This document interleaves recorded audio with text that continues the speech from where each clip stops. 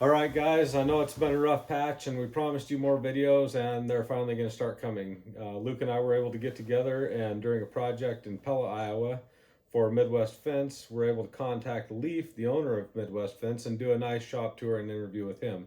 So without further ado, here's that video. I'm Mark Olson.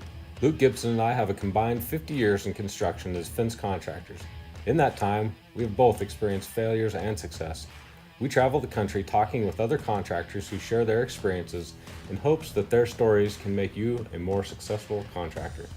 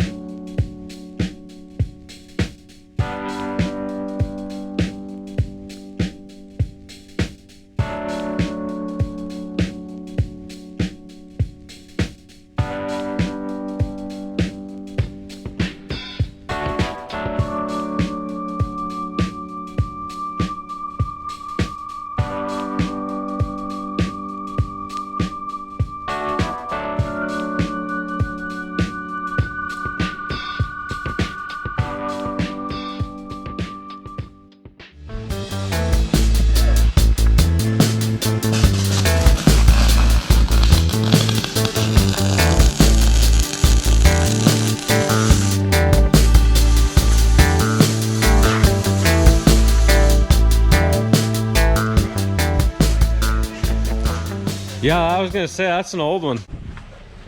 That's the other thing he asked me when he saw the mixers. He's like, "What do you use to load that?" I said, "He said you got to get a little payloader." Yeah. Is this a mud bucket here too? No, that's just a dirt bucket. We'll use it for if we need to, take spoils off the site, emptying the auger into it, and then taking it and dumping it. That way we can move quite a bit. How do you lift it up to dump it? Lifts on the arm. Oh, and then just kind of on the front wheels up there. Yep. You're not ever lifting that thing on a trailer full. No. No.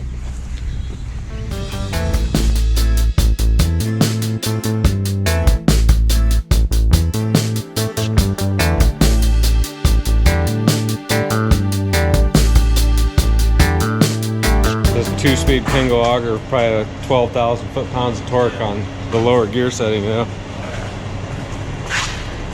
You can do some serious digging with one of those. What's that thing with the guard? Roller rolls up, use chain link. Oh, I've seen those. Yeah, I saw those. LNC hasn't been at Fence Tech for a few years, so I haven't seen all the stuff they've been working on, and I forgot all about that thing. The time you can save with one of those, if you're doing a big job, you can pay for that thing on the first job. Yeah. You can do barbed wire so fast. Yeah, you definitely can. There's your pressure digger. Yeah. Your back. Or some places won't even let you, the biggest problem we have is trying to find a place to dump it. Because some places consider it contaminated. Mm-hmm. So this is the older of our 2 units. So that's what I need to do. I need to find somebody that's got one used in good shape. You don't find them. Ritchie Brothers, no? No. You've probably been looking, huh? Yeah, we looked for a long time trying to find one. Usually when you find them, they're pretty well shot. Yeah, they're hammered. Yeah. Sounds about like an Evo. All your sand and rock come down the conveyor here. And then your Portland comes out here, dumps into this auger where it gets mixed. You're not doing any mixing until the very end right here. Yep. So it makes cleanup a breeze too, because you're not cleaning up miles of chute or a big drum. Yeah. How many yards This one's can you get out of one load? This one's a 6-yard, that one's a 10-yard. 10-yard with, you got a tag axle. Is this thing hard to learn to use? Pretty simple? It's pretty simple. I mean, your dials, to adjust your mix, you just turn those 2 dials. The computer will tell you, once you get your mix designs in, the computer tells you where your rock and sand gates need to be at if you want to go from 3,000 to 4,000. Yeah, it's all computerized. This is a readout screen right here on the fender. Okay. Yeah, you just touch in your whatever mix you want. Dial it in. It tells you what to set 2 gates at, because that's the only thing that changes. Your Portland, your constant. They just plug into that hose and flow it in. there, and it goes through your tickets there. And here, I'll go back here. There's all your mix designs. Yeah, these are awesome. Yeah, they are.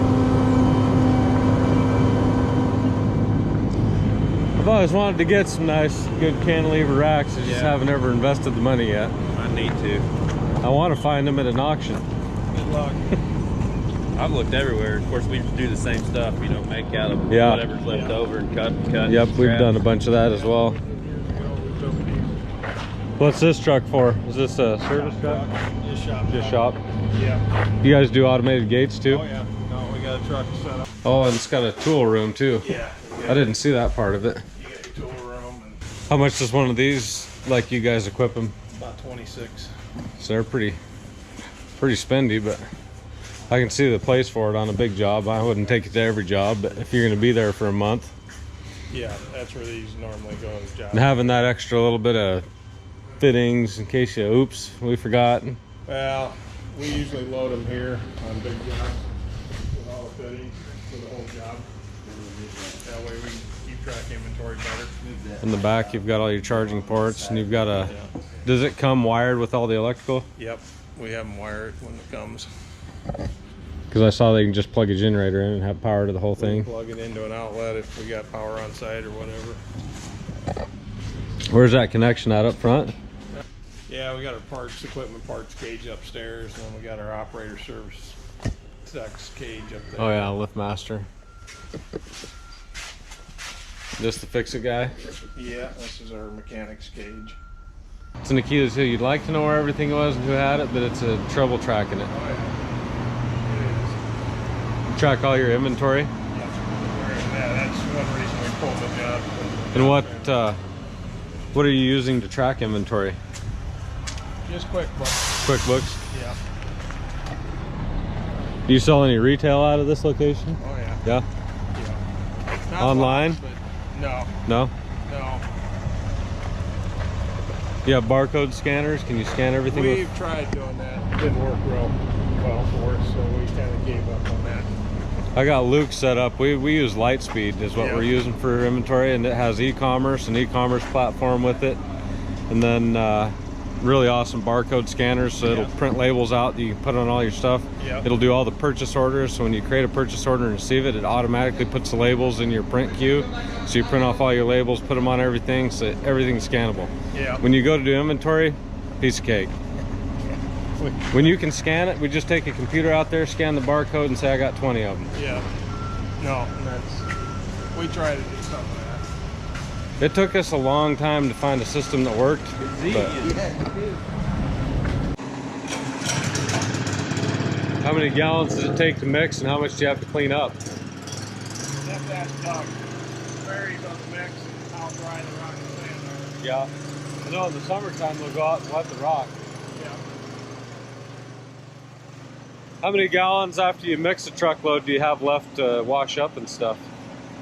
It depends on the yards you go through. If you do a full truck. Oh, full truck? I'm down to probably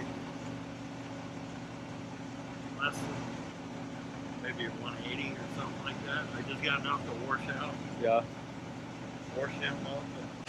What are you using to display all this information up here? It is called Rise Vision. Rise Vision, is it an app or? Yeah. Use it monthly subscription or? There is a free. There's two versions. There's a free version and a paid version. Watch for a link below if you're interested. Organization, communication is one of the biggest things people struggle with. The more you can communicate, and the better. And the biggest thing is a lot of people say, I can't get the information from the field into me. And you said you use an app to get all your tickets in from the field. FieldWire, and we're using an app called Raken. Yeah.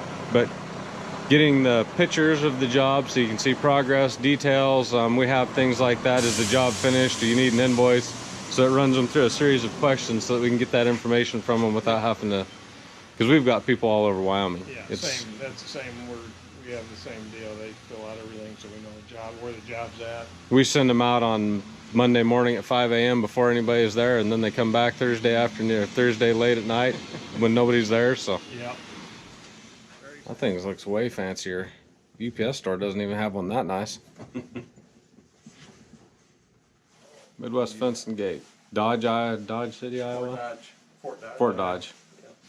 Then you have another one somewhere too, don't you? Ames. And who runs that? We don't. We use that right now as a warehouse, man. Okay. Of it.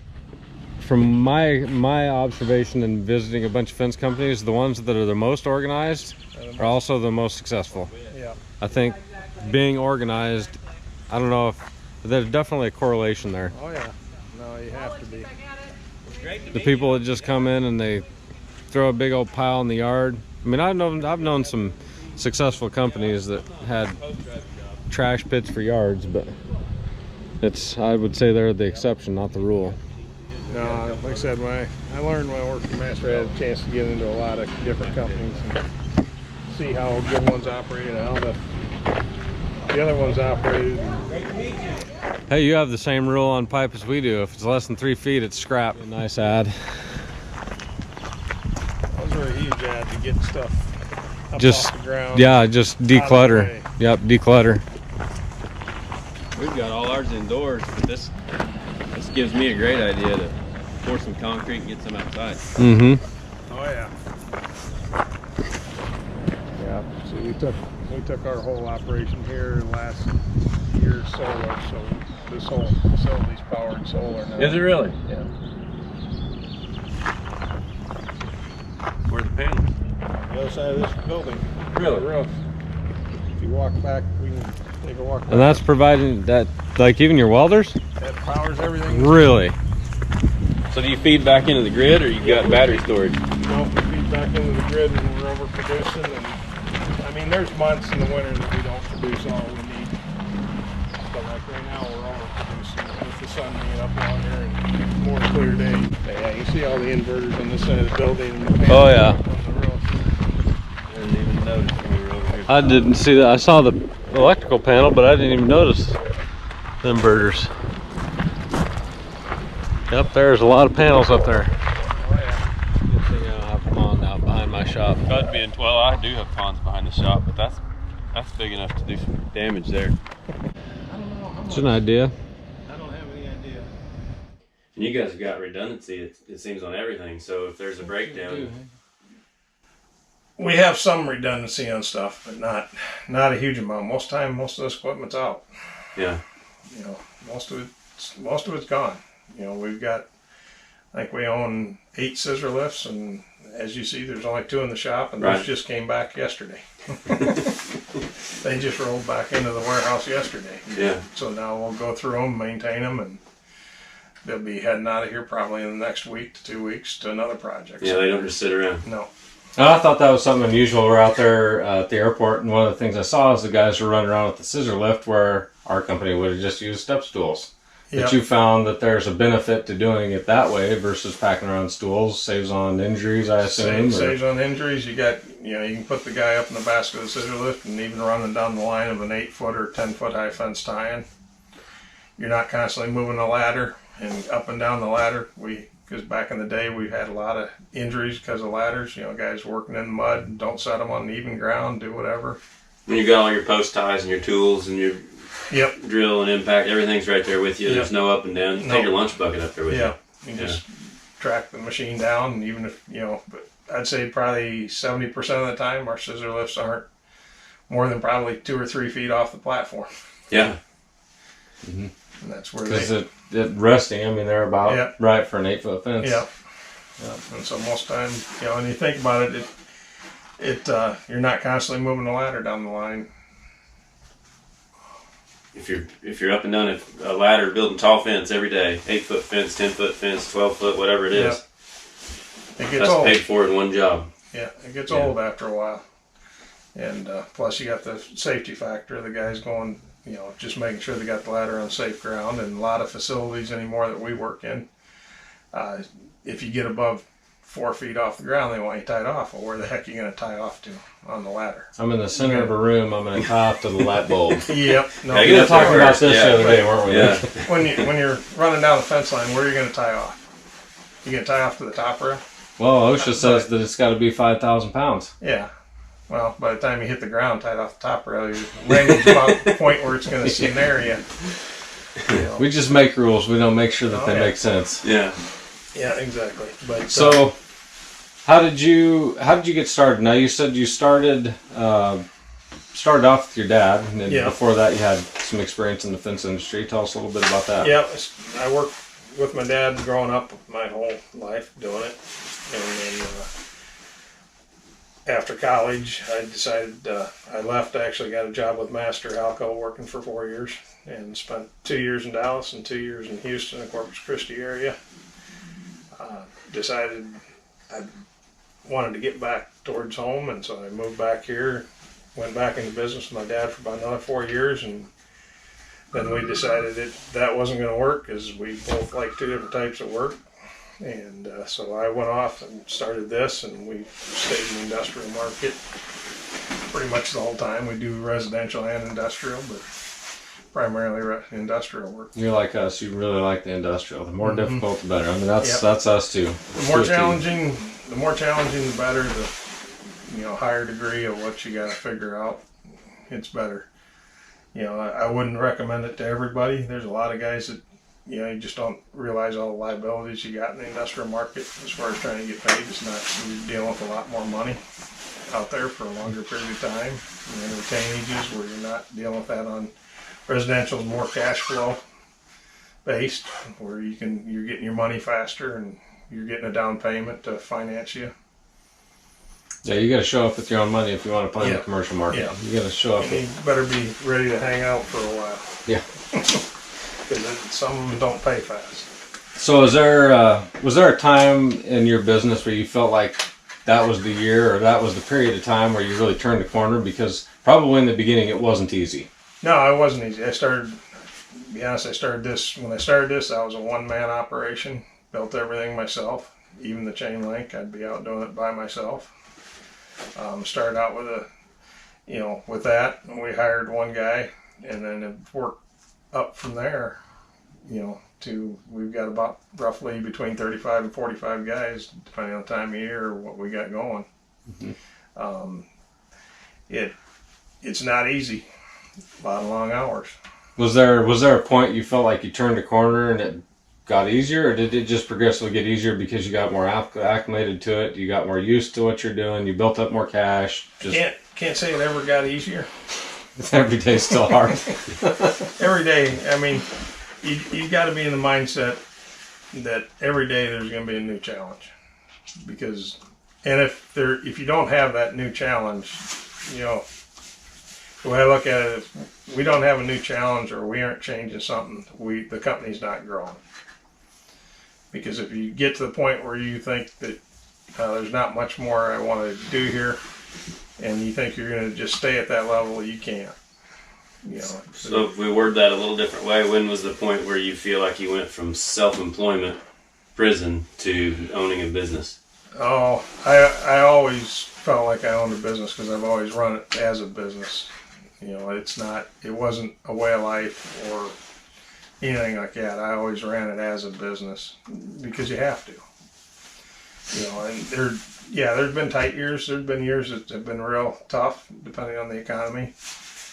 You guys know how that is. You get years where everybody's fighting for that smaller chunk of the pie, and it's who can do it the cheapest, who can figure it out. And then you got other years that you're floating along pretty good and everything's moving like it should, and more work out there than everybody can get done. Yeah. Where do you think we're at now with all this corona? I mean, that's the thing on everybody's mind is there going to be enough work? I have no idea at this point, because we've seen a lot of our large projects get slapped on hold or get put off on bidding. So I can't really answer that at this point. What's your advice to the young person that's experiencing something like this? What we may, we don't know, but we may experience a slowdown. What's your advice to them if we do see a slowdown? What's the one key piece of advice that you would offer them with your experience? You got to keep your key people in place, and you got to keep the company financially stable. And you can't be running around trying to low bid work it's not going to do you any good. It's not going to do your company any good. You know, you just got to work a lot harder. You're going to have to find projects that, you know, maybe you have a good niche at, that you have a specific, you know, thing that you do better than anybody else, and try to work with that. You know, on various projects, it can be different things. It just depends how you have your company, what you're equipped to do, what you have available. You know, for us, we've got several different advantages, and if it does get tight, we'll use them all. Just try to survive. You know, and Looks to me like you guys are versatile enough that if the commercial market dries up, you can shift gears. And it's not quite that easy. You know, because if the commercial market, we're geared for the commercial, so, you know, we've got a lot of equipment sitting here that if that's not moving, you know, it's still costing something. costs a lot of money, doesn't it? Yeah, it still costs something to maintain it and keep it operational. You can park it, but, you know, it's surprising what it even parked, what stuff costs. The overhead, I would say, is much higher on a commercially based company. I mean, we've got, you know, just in our operation, you probably have the same thing. You've got one person just dedicated to managing the contracts and safety. Yeah. I mean, that's all they do. Just Yep. make sure everything goes all right. Exactly. So there's an overhead level that it can be hard decisions when you've got to. Yeah, and that's where a lot of, you know, when we've seen it before, where we get into downturns, and then a lot of the residential guys think, well, I'm going to move over to the commercial side. Well, it's not quite that easy. It's not something you can just jump over, because, you know, most time you're dealing with a lot different safety issues Higher insurance. and higher insurance levels, and You go from having a basic policy that they sell you to needing the 1 to 5 million, maybe even 10 million on some projects. And then, you know, it's just like our guys. You know, our guys all have to have. Most of them have, laborers have to have a 10-hour OSHA card.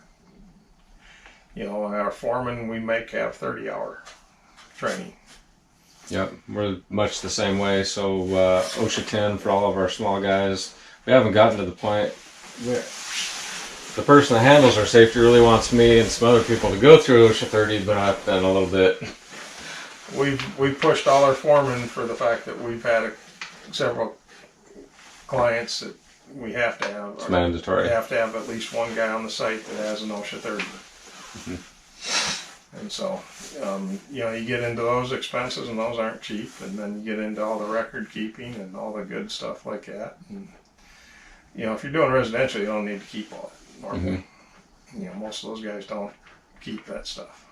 do you see a level of protection for your investment in the commercial fencing versus residential, and the fact that the customer is stricter or more demanding?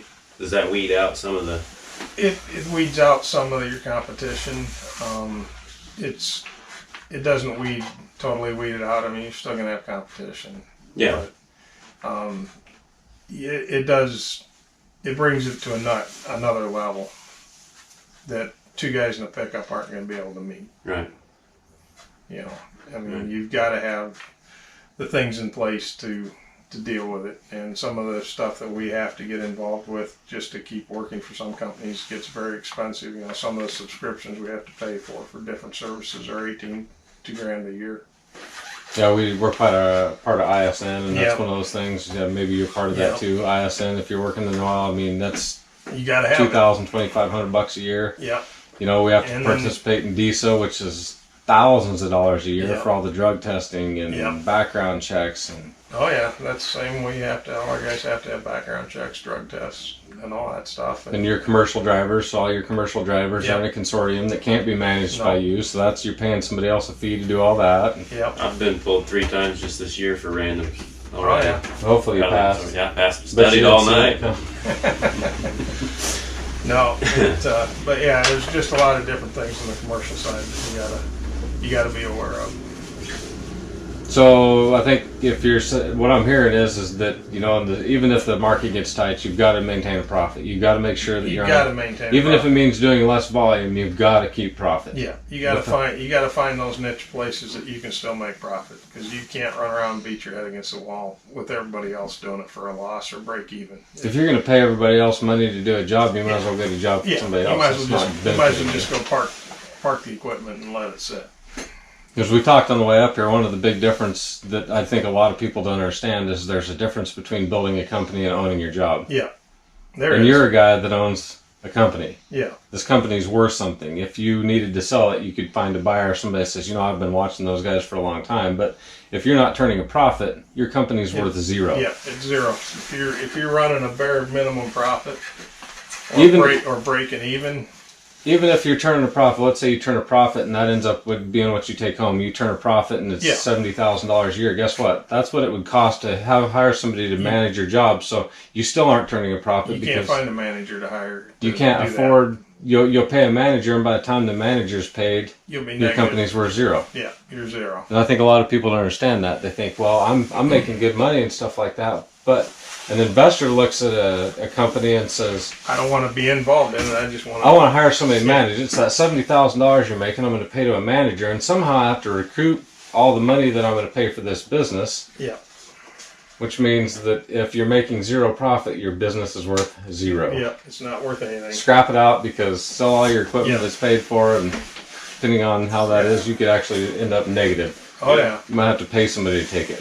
Yeah, no, and a lot of guys don't reinvest in equipment. You see that in the companies. You know, they'll buy something and they'll run it till it totally drops. I used to be that guy. We never made any money. Yeah, no, you can't be that guy. Yeah. You know, we rotate our equipment in and out of here, you know, about every 3 years. Keep it fresh. Depending on the equipment. You know, some of it's going to be here longer than that, but it costs to maintain it and keep it in good shape running. And trying to get rid of it before it ends up costing you more than it's making you. And yeah. We had this talk about trucks. Yeah, I mean, yesterday. Trucks are the same thing. We're down to where they hit. As soon as they hit the warranty at 100,000, they're gone. Yeah. We get rid of them. They cost too much. They cost too much for us to keep around here. A brand new one's cheaper than the maintenance headache. Yeah. We can trade them off and still get a good trade at 100,000 and roll into a new truck that we've got a warranty back on. So if anything, you know, have issues, it's covered. Because we've tried running them, you know, back in when they started out. I mean, we'd buy new trucks and run them to 500,000 miles. The older trucks would do it. These new ones won't. Yeah, we're starting to see problems. It doesn't matter what you're at. You can have potential problems at 150. And I know another company in our area that we have bought some trucks from that gets rid of them at just before 100,000. It's not a warranty, they're done. Yeah. And I think that's where our company would like to move to. We're not quite there yet, but I think that's definitely the direction we're moving. That's where we've moved, because on the newer trucks, we've kept them to 120. And then we're starting to see repair bills that are costing $6-8 grand. And shoot, you can trade at 100,000. You normally can trade one for 25, and you know. That's a cheap truck. Yeah. Yeah. You can trade it off, get a new one, have it under warranty again, and run with it, and not have the downtime. And as you guys know, with downtime for if you got 4 guys in that truck, and they break down somewhere, it's a huge cost. Not just getting the truck back and fixed, but just the downtime of that crew being down and having to keep a spare truck around just to put them in while that truck's being repaired. Makes your budget easier to work on, is what I've seen, because it's a fixed overhead at that point. It's a warranty. If you got a problem, we've got one in the shop right now, 20-some thousand miles on it. Oh yeah. I don't care what it costs. It doesn't cost me anything. No, it's the same. I mean, every new truck we see go into the shop quite frequently. So the reason we're here is because we came up to drive some posts for you. Yep. And that was all over. Speaking of equipment, was all about a piece of equipment too. Yep. So what led you that direction, and how did you feel about it? How did you feel about you didn't get to see it work before you bought it? No. But how do you feel about that now? You know, after seeing it work and having some of our guys work with you guys on getting them used to running this piece of equipment we bought from you, it's a time saver. I think that's an investment that's going to pay off. Yeah, it's an investment that will pay off. We're talking about the ProTech Evo.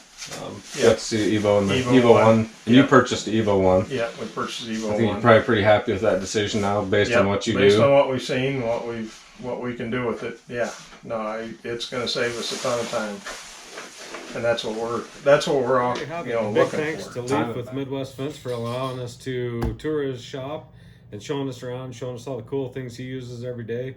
I think the big takeaway from this project or this visit is definitely invest in the equipment, invest in the right equipment to take care of your guys and save them back-breaking labor. And despite the cost of the concrete trucks, he says that those things pay for themselves in very short order, and increased efficiency and lowered concrete cost. It is one of the bigger expenses for us commercial installers, so and getting a truck can be very difficult. So as always, if you like what you're seeing, please think about subscribing. Watch some of the other videos we have. More videos coming up. We have an interview with Josh Glover, Mr. Fence Florida.